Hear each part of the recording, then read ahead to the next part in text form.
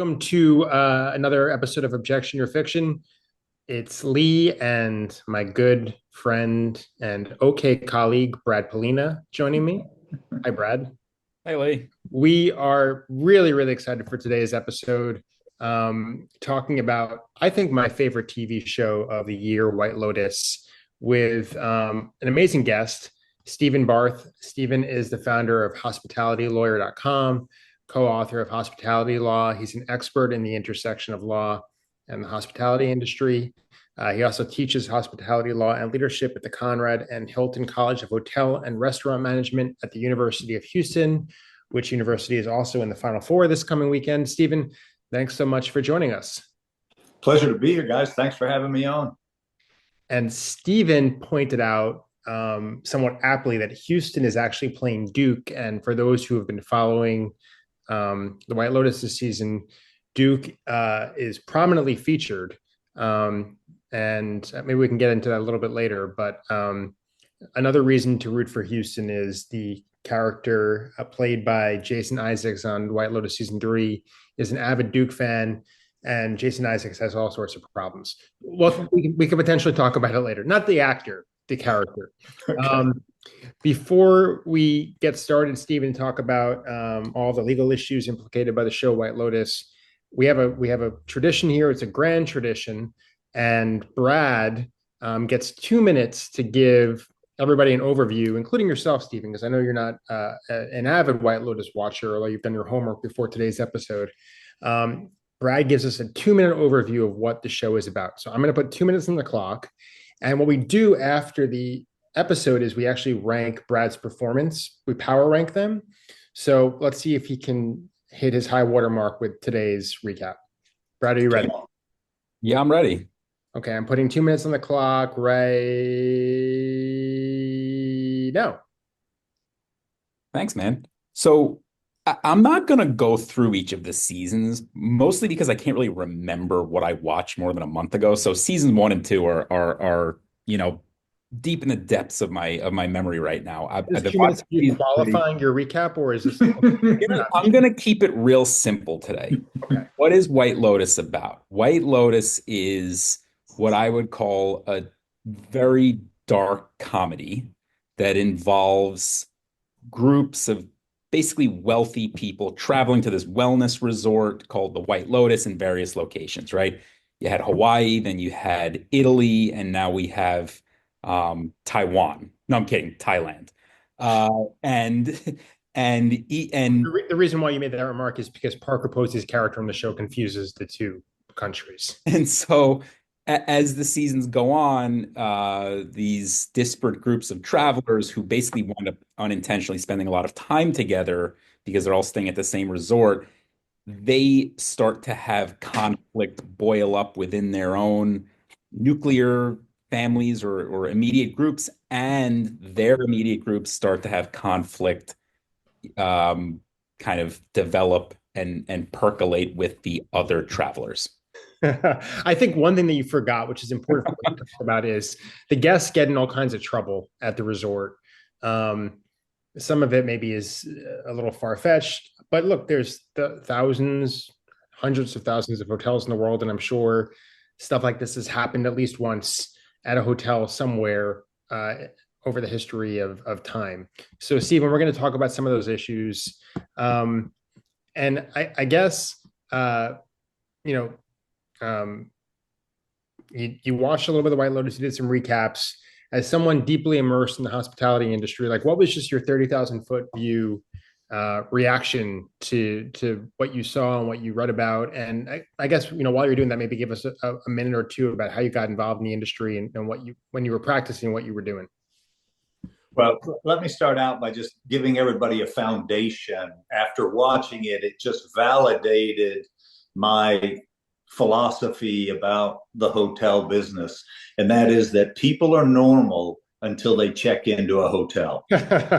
Right? That, I promise you, truer words were never spoken. And I was being interviewed by the Washington Post one time, and they said, "What do you mean by that?" And I go, Dude, when you go, when you stay at a friend's house, do you walk out with the shampoo and the conditioner and the towels and the robe? Are you jumping up and down on the bed and spilling wine and covering it up with a rug? He goes, no, I don't do any of that. I go, exactly.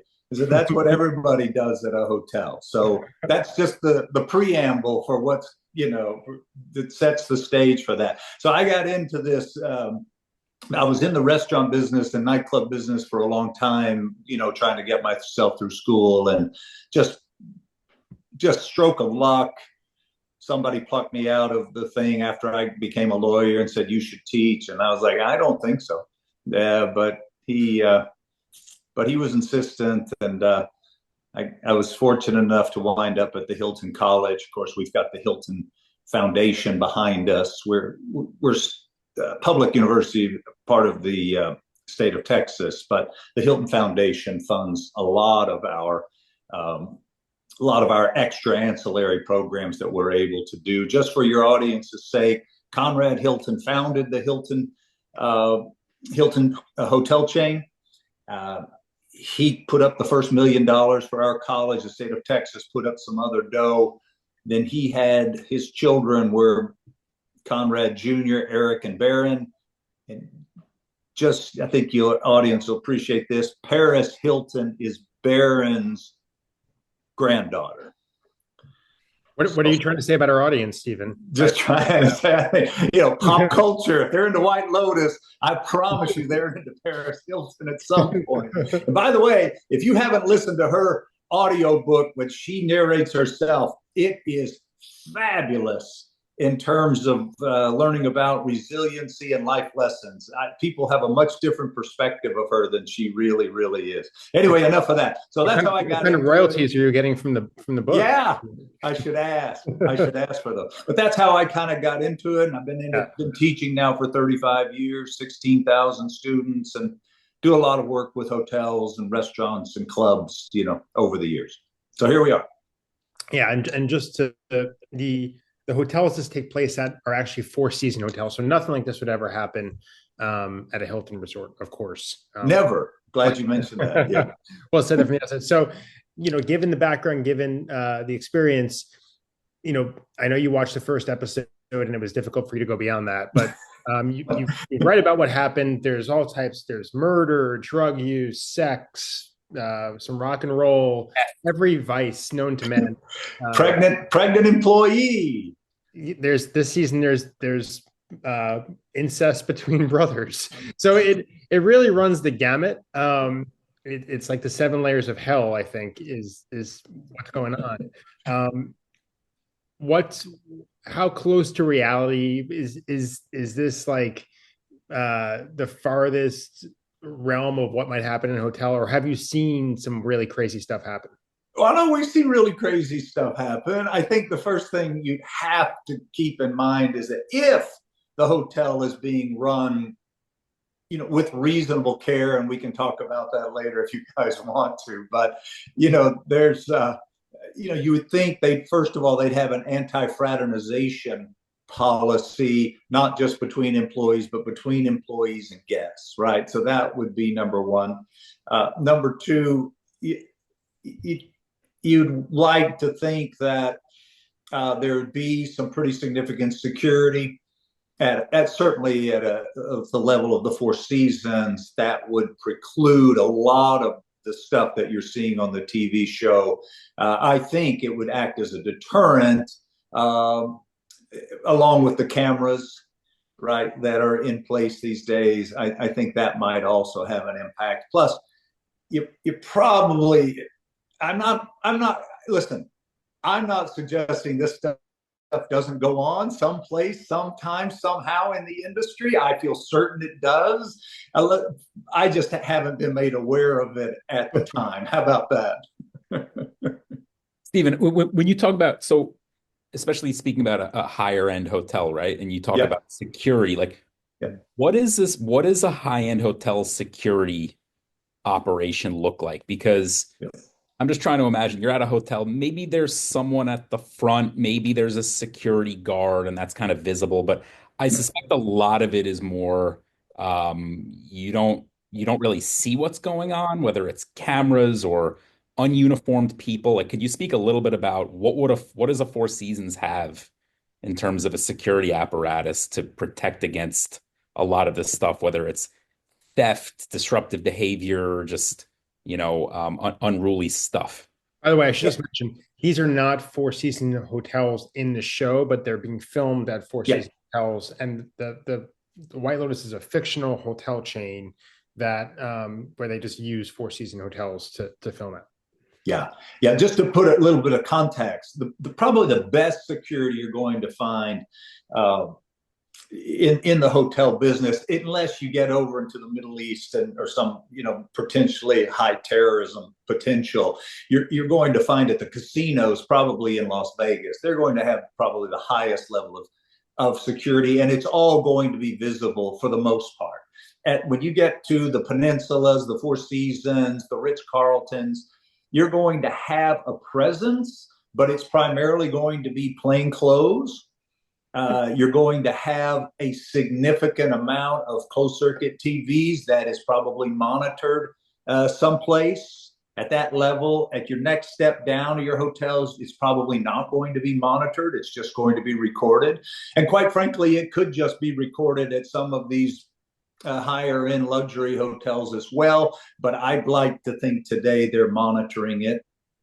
So that's the primary way. Today with technology, you also have probably some robotics that are out in the parking lot or out in other spaces that are going up and down to expand the scope of the visuals that the security folks have. There should be people walking through, especially these resorts, like with the White Lotus. You've got all the pools, you've got the beach area, you've got the grass, you've got all this stuff. And so you should, more than likely, they're going to have check-in places every certain amount of time. Somebody needs to have checked in at a particular place along the way, probably a digital check-in.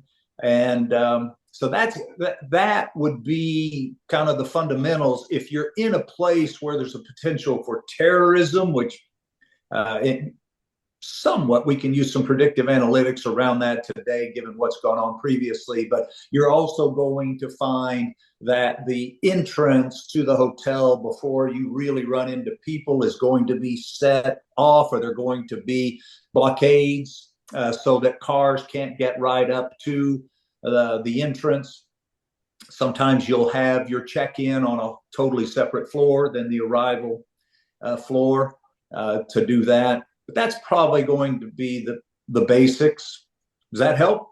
Yeah, it sounds like you haven't seen this season, but in this season of White Lotus, there's a robbery of the jewelry store in the hotel. Mm-hmm. And in order to break in, there's one guard at the gate, unarmed. He's distracted by one of the accomplices who actually works at the hotel.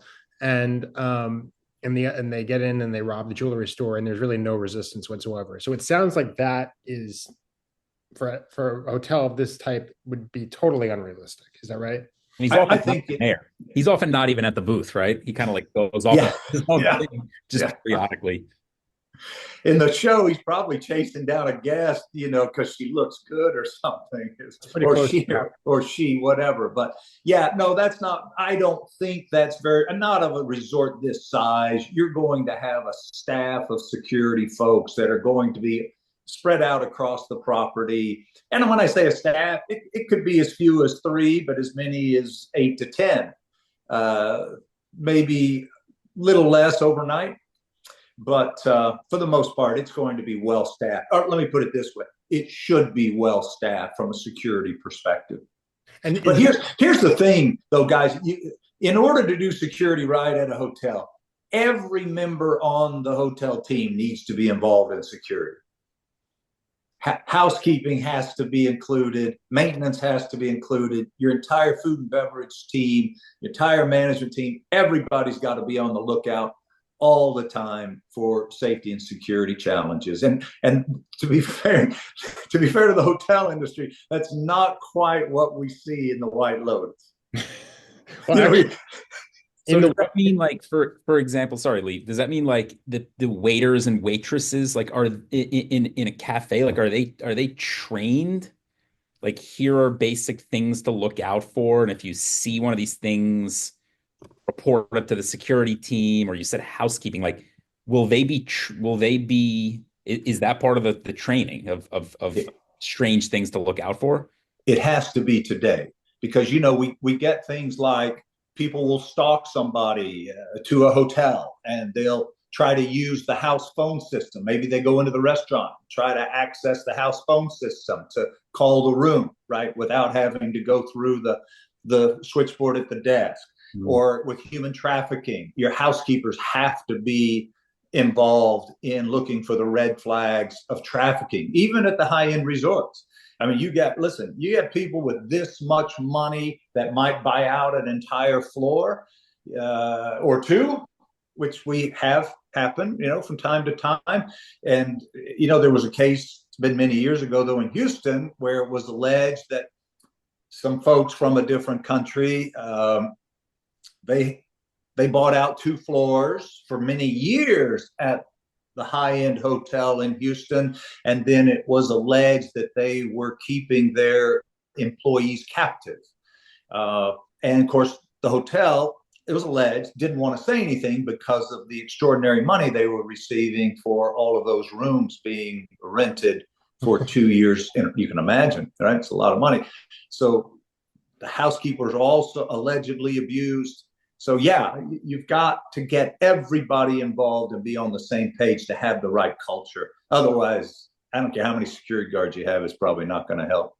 It's interesting, like that's the friction between legal and business, right? Because even on the Yeah. show, Yeah. there is in this season of the show, one of the characters likely murdered his wife in a prior season, and he's on the run in Thailand, and he's very wealthy because he inherited all of her money. And someone recognizes him in the hotel and goes to the hotel manager and says, "That guy is dangerous. He killed his wife." And the hotel manager basically says, "Look, people come here to try to get away from stuff. Yeah. We want to respect people's privacy. These are allegations. We're not going to, don't worry about it. You're safe. You're fine." It sounds like from the story you just told, there's a ring of truth to that. Well, yeah, I certainly think that kind of thing goes on. As you guys know, as lawyers, when you put profit over people's safety, juries typically don't like that. But proving that they did it can often be challenging. Is there like, in terms of, it sounds like the security measures are as much about serving as a prophylactic, protecting the hotel in the event something happens, as from like a liability perspective, as it is about in real time ensuring that nothing happens. Is the training like top down? So are the lawyers talking to the on-site hotel managers and saying, this is what you need to do, this is not how you need to protect the hotel? How does that interplay between legal and business work? It's challenging today, but a lot of people don't realize that even at the Four Seasons level, when you go stay at a Four Seasons, it may not be operated by Four Seasons. It may be operated by a franchise or a franchisee that is invested in the property, and then maybe they hire a third-party hotel management company to operate the hotel. Right. But the brand is Four Seasons, right? And you have to live up to Four Seasons standards. But so that becomes challenging because then the public and the guests, you're relying upon a third-party management company that most likely doesn't have the resources of the Four Seasons or Hilton or Marriott, right? That to do the type of training that we'd like to see in these places. So it's challenging today because of the franchise model primarily in the U.S. It's beginning to pick up traction in Europe and South America. Something you said a minute ago, I don't know if it was you, Lee, or Stephen, about intersection of law and business. And something I'm actually curious about is the intersection of security and hospitality. In other words, is there any thought given to, and I'm sure there is, a guest is kind of doing something wrong, or they're fraternizing, or they're like acting recklessly? To what extent does a hotel, and I'm sure it's different everywhere, try to kind of rein that in while also being hospitable, right? Like I have to imagine that the first impulse and the first line of defense is not to chastise a guest or reprimand them or penalize them in some way, right? It's, you know, is there generally, well, let's try to do this in a hospitality driven way first, or what? Brett, are you thinking about when you were like hanging off the bar on our last trip, taking shots, and like where you were on the precipice of being tossed? So I'm talking about, for example, and I don't know if you've watched this episode, Stephen, but there's some quite a few scenes in the latest season of White Lotus where a few of the guests are out partying with guys that work there. Yeah. And they're off property. Yeah. They're getting absolutely, bombed. Let's say that type of thing's not allowed by hotel policy. Yeah.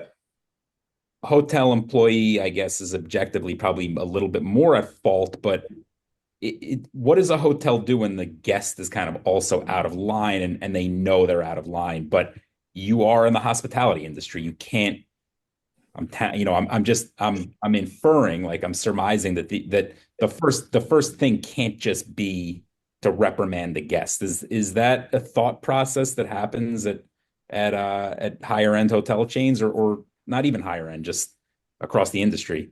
And I think to your point, what happens is they're very good looking guests with a very good looking employee, and they all want to hang out together. And I'm Yeah. sure that happens like pretty frequently at high end hotels where you have people of the same age who meet and want to fraternize, want to spend time together. It sounds like there's usually policies in place, but you have to also make sure that you're not offending the guests, right? Yeah, I would be surprised if at the luxury hotels they don't have non-fraternization policies. Now, outside the U.S. or non-U.S. brands, international properties, they might not. But I would expect that to be the case with the U.S. things. But your point about being hospitable with a guest that does something inappropriate or offensive, historically, I think they would look the other way because they wanted the money. But that's before litigation became so prevalent and ubiquitous in the U.S. and with U.S. brands as kind of the holding hotels accountable to their training and the way they treat their employees for the most part, and other guests. Because, your duty of care extends not just to the guest that's screwing off, but to all of your other guests, as well as your employees. So you have an absolute responsibility to intervene when they're abusive or offensive. And this old adage, and we're trying to disabuse the whole entire culture from the customer is always right. You've probably heard that, but that is, that's just not accurate. The customer, in my experience, is rarely right, and we have to remember that. Because, for instance, if you just take third-party harassment, right? If a guest is harassing one of your employees, you have to recognize that you have an absolute responsibility to step in and keep that from happening. And if not, the litigation that ensues is going to be extensive, expensive, time consuming, and the reputational challenges you're going to face, they're just not worth it today for that one person's business. I don't think. It's jumping off that point back to season 1 of the White Lotus. One of the main storylines was Jake Lacey plays basically like a wealthy dick, and he's just really obnoxious. Yeah. To the hotel manager, and it's like an escalating series of events, but he's just very, very rude and entitled and obnoxious. And look, I've stayed at luxury resorts. I see that happening a lot. Oh yeah. And it ends up leading the hotel manager to like a drug-induced death spiral. I think he dies at the end of the season. But like, what is the typical hotel strategy for dealing with like not just like a a one-off rude remark, because that happens all the time, but like a persistently rude guest, but who might also be spending a lot of money at the hotel. That's why we try to teach as part of the training emotional intelligence, so that especially your front desk people, because they're the ones that are typically going to take the brunt of that type of attitude. Yeah. At the more luxury hotels, you're going to have a house manager, you're going to have sometimes it's called a hotel manager, your assistant manager, your AGM, your assistant general manager, and then your GM. With a really, really high-end guest, they're going to be facing that. But those folks, if they've been in the business long enough to reach that level, that stature of employment, they should already have developed a pretty significant level of emotional intelligence. My experience in this entire realm of hospitality is that country club managers, especially we're an equity club where the members own the club, those men and women, in my opinion, because every member is their boss, so to speak, right? Sounds like running a law firm. Yeah, probably so. They have developed an incredible ability to listen, to not react, and to manage feelings and try to go into problem resolution relatively quickly and come out with a solution. Yeah, it's like real-time mediation. That's a great way to put it. I had never thought about it that way, but that's exactly right. Wait, can you tell us something you said in the beginning that I'm curious about? Everyone's normal till they go to a hotel. Right? Yeah. It brings out, I guess, like entitled behaviors in people. Oh, yeah. I don't know if you've worked in hotels, but I guess many of obviously thousands of your students probably have. Yeah. Do you have any entertaining examples or stories? Like everyone walks out with the shampoo, people walk out with towels. Like any off the wall crazy stories that have made their way back to you? Let me think for a minute. But we actually operate a hotel at our college. So we've been there and seen a lot. Let me think about that.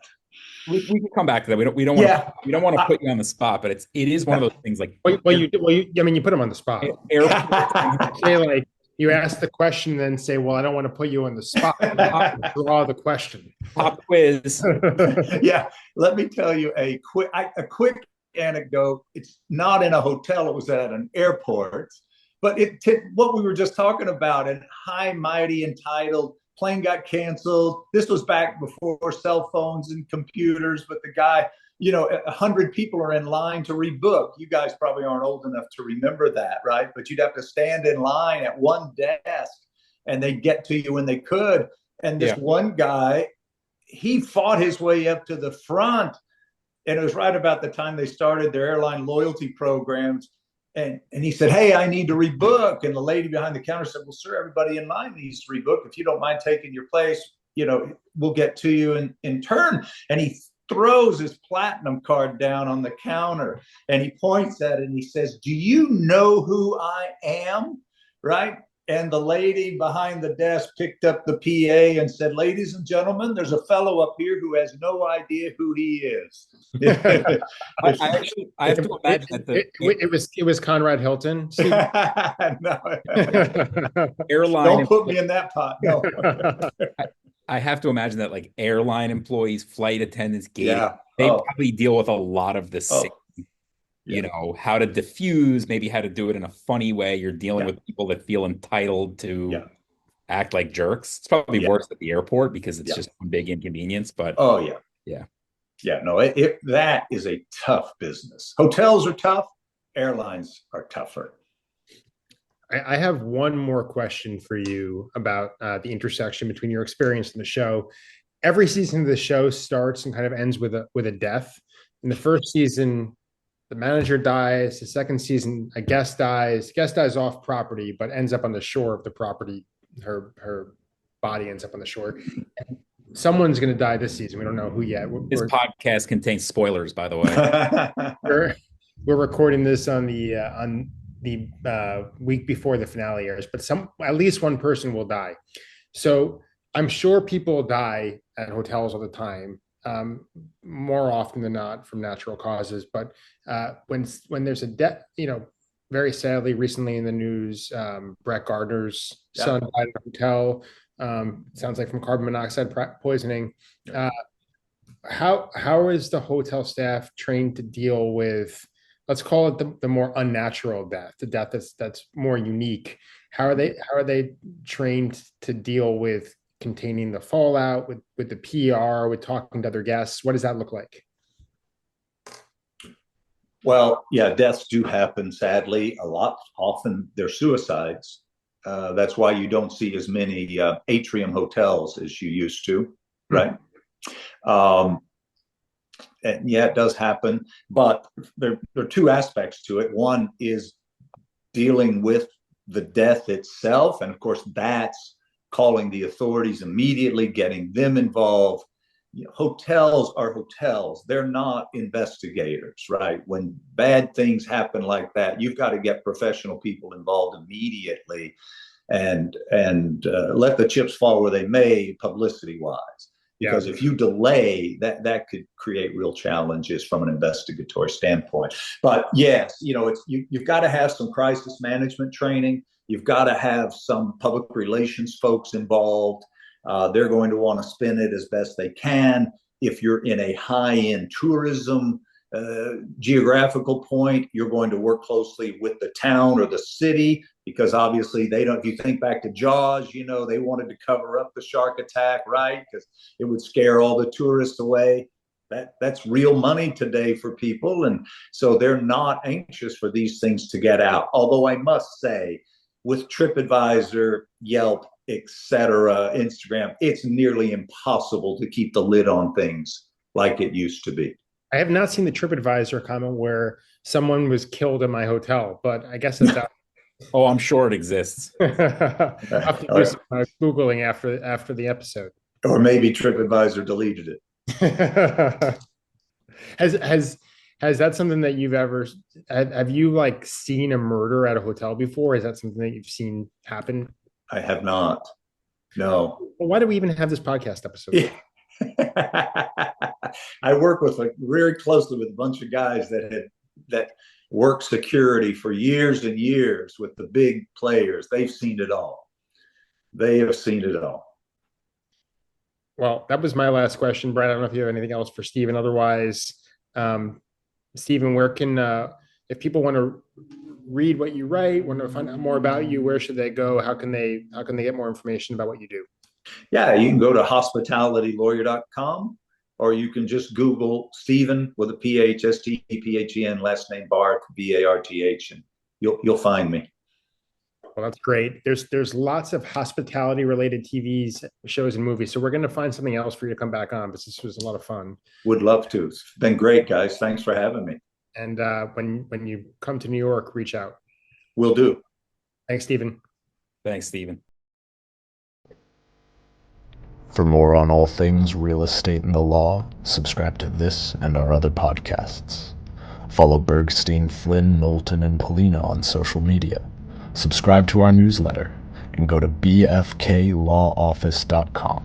That's bfklawoffice.com to learn more.